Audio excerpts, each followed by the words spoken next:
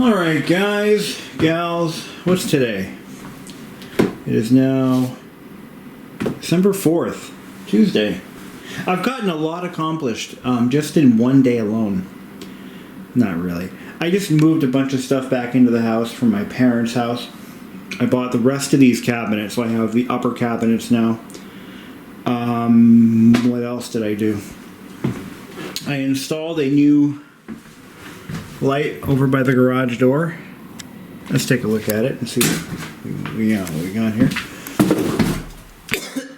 Just tripped over a bunch of boxes. Here's the rest of my cabinets. There's no light out here. Here's my roof. Timberline HD Barkwood. So that's what I'm using for a roof. Light. The roofers stripped off this side of the roof, this whole side of the house. They did that yesterday. They came over today and cleaned it all up. And I guess he worked on the chimney a little bit. He has to repoint all the flashing, replace all the old lead flashing with new, and then repoint it. Got all these appliances I got to get rid of. Let's take a look at what we really want to get to here. Oh yeah, and I put in a bunch of new light switches. I replaced a lot of these old they sound like that, with these modern switches that are much quieter and more reliable. The old switches, I mean, yeah, they work. But as I'm taking some of them out, they're actually falling apart, crumbling in my hands. Like, one of the biggest overlooked items in an older home like this are outlets and switches. They're often overlooked in any home because it's not really. I can plug my stuff in, so what does it matter, right? Well, as I mentioned in an earlier video, these switches and outlets, they wear out over time, and that can increase the risk of a fire if you have an increased amount of electrical resistance. I mean, your hairdryer may work fine, but there's more electricity flowing through a smaller area, creating kind of a traffic jam, which creates heat, which causes fires. Anyway, the oil delivery company came in and replaced my tank. So one of my viewers suggested I talk about how much these things cost. And I'll probably do more of that later on in the video. But off the top of my head, the roof is costing me around $12,000. Yeah, just for the roof. It's $12,000. And I didn't get the cheapest and I didn't get the most expensive roofer. I got a bunch of quotes and that's what I was quoted. This guy, he has a good reputation. The one I hired. And I've known him for years. I've known him my entire life, actually. He's charging me $12,000. The oil tank. Generally, I got two quotes for the oil tank, one high, one low. The high came in at $2,300. The second quote came in at $2,300, ironically, a different company. And I bargained it down to $1,700 since I'm buying my oil from them. So $1,700 to have the oil tank replaced. The furnace, I got a quote for $5,000. I'm going to have this furnace replaced at the end of probably around spring, summertime. I want to let my savings account rebound a little bit before I buy another furnace. So I'm going to have that. I'm just going to run this out to the end of the season. And then I'm getting it replaced. And the unit I'm putting in, I was going to go with a Thermopride. Thermopride is one of the best forced hot air oil furnaces you can buy. But it's like $2,000 to $3,000 more. I'm just going to go with a Rheem, which I've heard good things about. I've heard some bad, I've heard some good. I'm just going to take the risk. And another thing I should note, I have to replace the burner motor on this thing.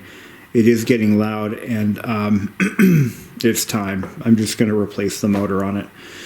Anyway, so what else did I want to, before we get to my next big thing?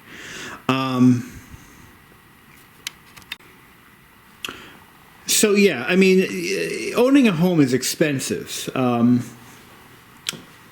But bringing a home from a stage of neglect to what I'm hoping to achieve is even more expensive. And a lot of it I can do myself, and the wiring, I'm doing that on my own. Wiring isn't that hard, and I think I'm pretty good at it.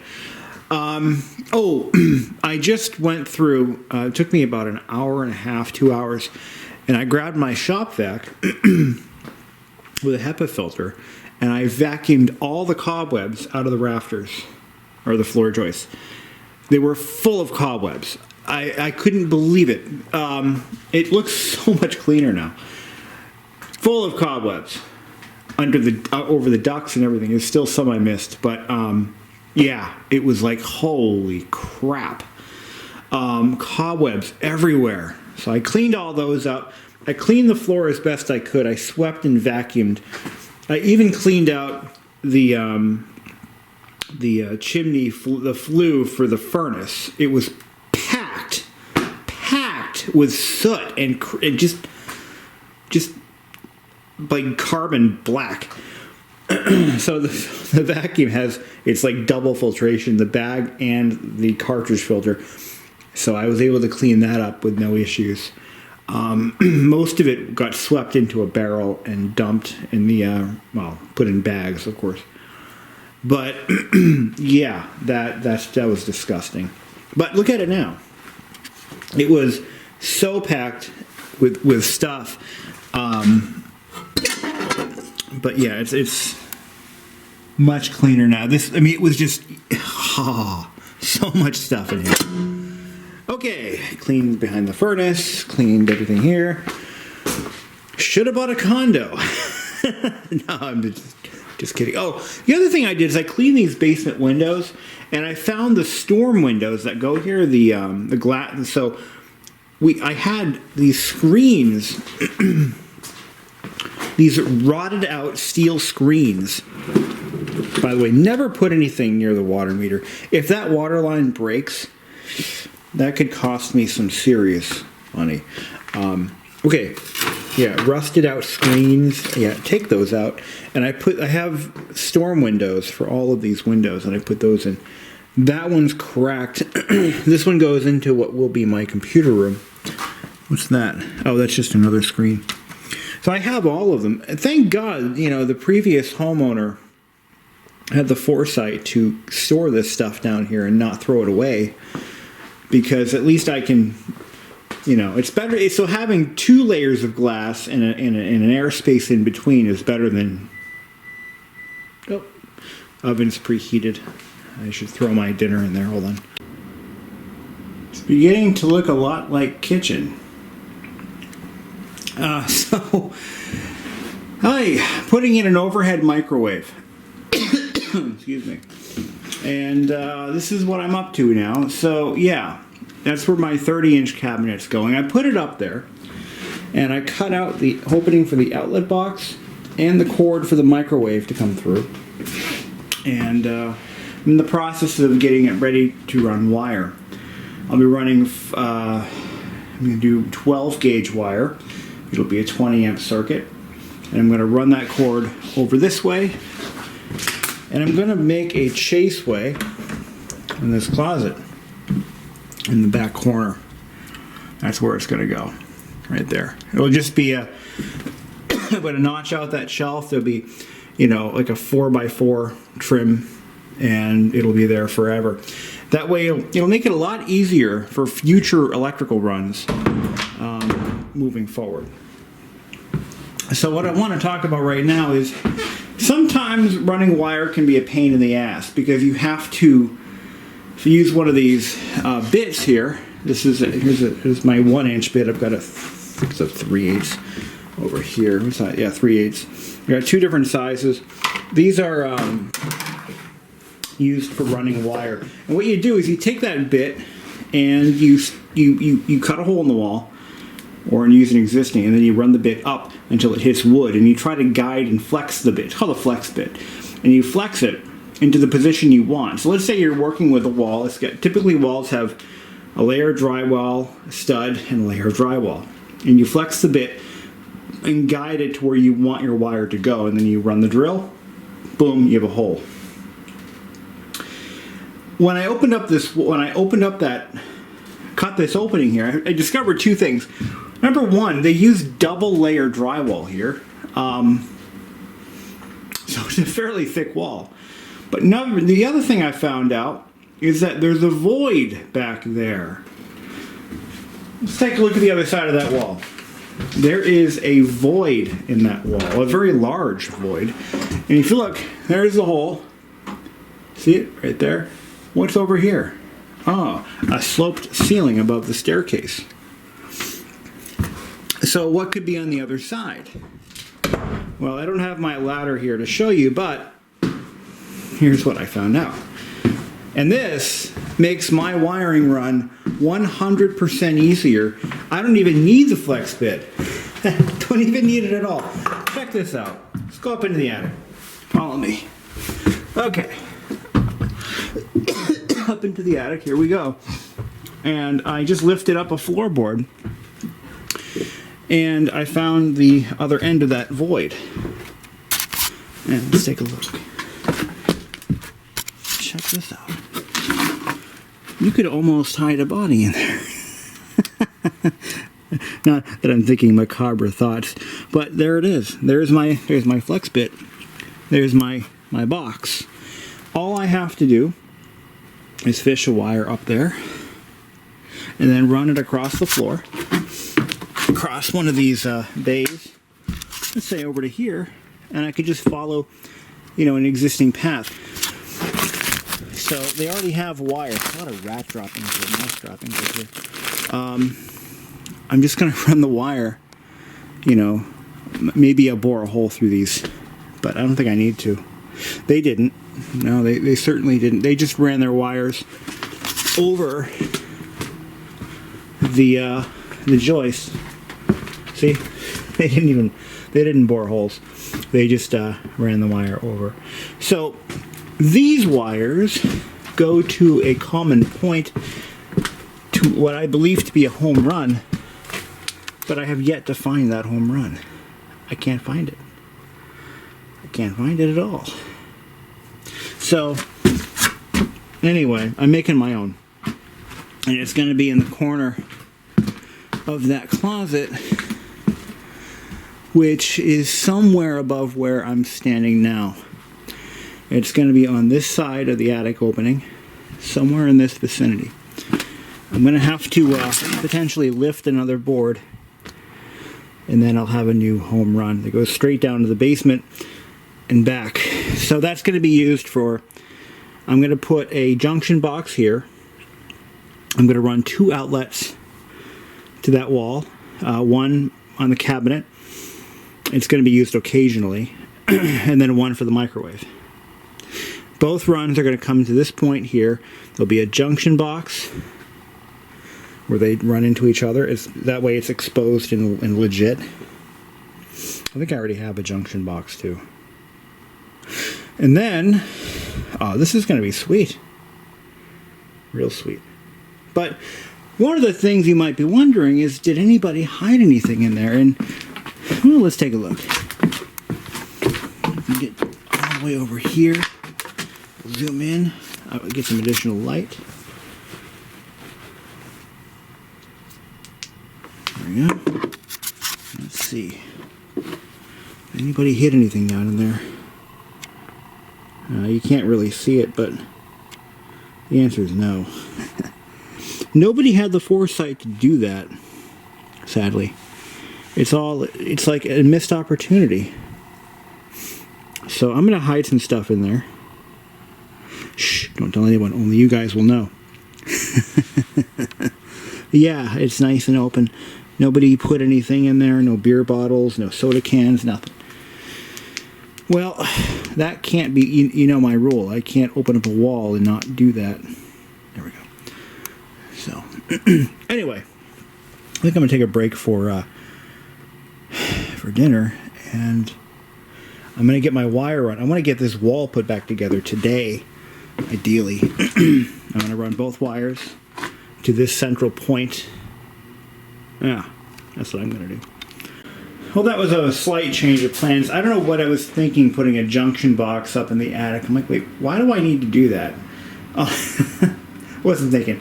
All I had to do was, actually took a piece of remnant wire that I had lying around, and I just ran it down, and I reached in with I have small, girly hands. I know that's sexist, but screw you. So I don't know what I was thinking, believing I needed a junction box. I wasn't thinking when I said that, so if you left that comment already, gotcha. All I had to do was basically reach in, grab a piece of wire, and just threw it down. And then what you do is you junction them in the outlet box itself. So this will have 2 wires coming out of it. This will have 1. So that's that. No big deal. Easy does it. Yep, that's it. I almost had a small problem. Where this outlet was going is just where that little void ends. So I actually did hit a piece of wood there, but fortunately it just raised it up by about 1/4 of an inch. That took care of it. This will get trimmed, of course, and then I'm going to run a home run from here down to the closet. So I'm going to actually cut a hole in the floor with my hole saw, and hopefully that doesn't end in disaster. All right. Well, it's beginning to look a lot like a kitchen again. I think I said that earlier. I just put this all in. I put in my upper cap. I did all of this myself today. I put all these cabinets up. The microwave, which this was a kind of a bear because it has to be done very precisely, otherwise it won't work. And it had a bent tab here. Not much I can do about that, but it's secure. These things, they anchor to the wall and they anchor to the upper cabinet, so it's not going anywhere. And that cabinet's anchored very well, so no issues there. I left a 3-inch gap on this wall on purpose. That way the refrigerator can stand 3 inches away from the wall at least, and that'll give you access to this 2-way switch here. I ran a dedicated 20 amp circuit to the microwave and this outlet. I wanted to run another one for the refrigerator, but I really don't have the time for that right now, and I have only so much real estate on my panel as it is. But you know what? That outlet has run a refrigerator for 50 years, 60 years now, so I'm not terribly concerned. So this is the wire that I just ran, and it goes down. This is going to be boxed in when I'm done.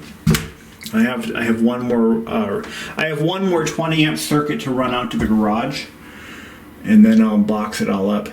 But it'll be boxed in permanently with wood. No one will ever know, unless they watch this video. But yeah, that's what I had to do, and I didn't want to do that. But I looked at a lot of different options for running wire in this house, and I'm like, you know what? The thing is, there's so much wiring in this home that just goes wherever. I don't want to run any risks of nicking any wires. It took me a good amount of time just figuring that out. So the wire goes up to the attic, over and down into that void, and it goes down to the basement. You can see where I drilled. Oh, it's actually hardwood dust. It's worth money. Yeah, here it comes down from here, and it snakes over down that way, and I just had to follow that existing path. I tried to keep a straight path best I could. Then it goes over the furnace, where it meets up with my laundry equipment run, which goes that way. And then it goes here all the way down there into the panel. And this isn't the neatest panel. I mean, most of this wiring was done by the previous homeowner. But here's my line. I ran this one here, and neutral, hot. I put in this breaker. I actually added this 15 amp breaker for something. I noticed that a lot of this stuff is on 20 amp breakers, and I know damn well that it's not rated, the wiring isn't rated for 20 amps, which kind of makes me nervous, but what are you gonna do? So what's left for this project? Well, other than the floor, which will raise this all up by about ½ inch, we have to come up with some form of a countertop for this right here. Now, my existing countertops are in pretty good shape. I'm going to keep them for as long as I can. And people that have come to visit have actually said exactly the same thing. These are really nice because it works so well with the chrome and even these curtains. These curtains were purchased with this in mind way back in the mid-1950s, which just blows my mind. And the floor color. Now, I can't just haul off and put in 1950s countertop material over here because while they do make a similar pattern to this, it's actually more of a crushed, what do they call it? It's like a yellow ice finish. A company called Wilson Art that makes laminate countertops, they still make a similar pattern, but it's only similar in color, but not in pattern. That would kind of look out of place, and it would look kind of lame, I think. What I am going to do is put in a 24-inch butcher block countertop right here. Now, the thing about butcher block countertops is that they're made to order, and they are stupid expensive. I was quoted around $360 just for the countertop alone. Now the thing about butcher block countertops is they're kind of like they're kind of a cheat or a hack, as the millennials will say. The thing about butcher block countertops is you can put them in a small space like this, and they can complement any kitchen decor, any countertop, any pre-existing countertop. Now let's say I go over to Home Depot and I pick up a 24-inch section of laminate countertop, whatever's popular today, which is now almost exclusively stone or faux stone finishes and marbles. It would look kind of stupid, wouldn't it? The butcher block countertop, on the other hand, is a functional piece in addition to being a countertop, because a butcher block is a chopping block. It takes the place of a cutting board, and it would work perfectly next to a stove, I think. You can chop your vegetables, drop them right into the stove right there, and you're done. But they're expensive, and I'm going to do this. I'm going to hold off. I have, right now, my bank account has been pumping out money. At some point, the well is going to run dry. So I'm going to hold off right now on the countertop. I'm going to put a piece of wood here for now, so we can at least use this space for something. But I'm going to keep the existing countertops as is because they're in really nice shape, and with the exception of a little bit of wear right here, they're actually quite nice. And you just, boom, it's fixed. What wear? I don't know what you're talking about. Anyway, so that's that in a nutshell. And I haven't mounted this cabinet down because I do need to do the floor. So that kind of takes precedence over everything else. I have to do something to this floor, and I don't know what that something's going to be just yet, but yeah. And I just got the motor for that oil burner. It just came in. I have to go pick it up. It's in my office at work. I have a lot of stuff shipped to work because it's just sensible. But I'm going to pop in a new motor on this thing, and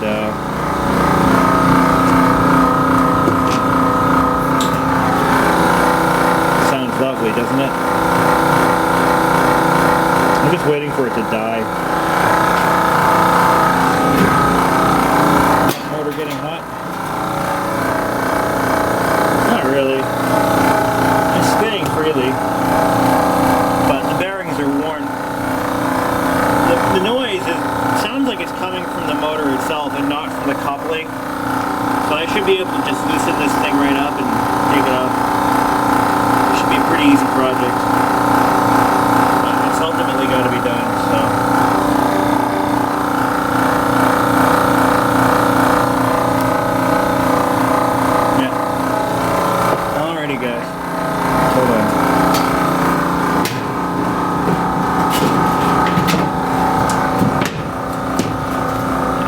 should go get it done. And for those of you who are constantly badgering me about the computer stuff, this is it. It's all down here right now.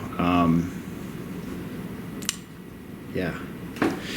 Computer stuff is going to go in this room. This is my next, well, dare I say my next project. This is more of a project that I can take on at this very second because it just needs so much work. I have to figure out if I can even salvage any of this drywall or if I'm going to have to just strip it all out and start over. I don't want to do that, but I may have to. This was once a teenager's bedroom, as you can clearly see. A teenager with mental problems, I presume.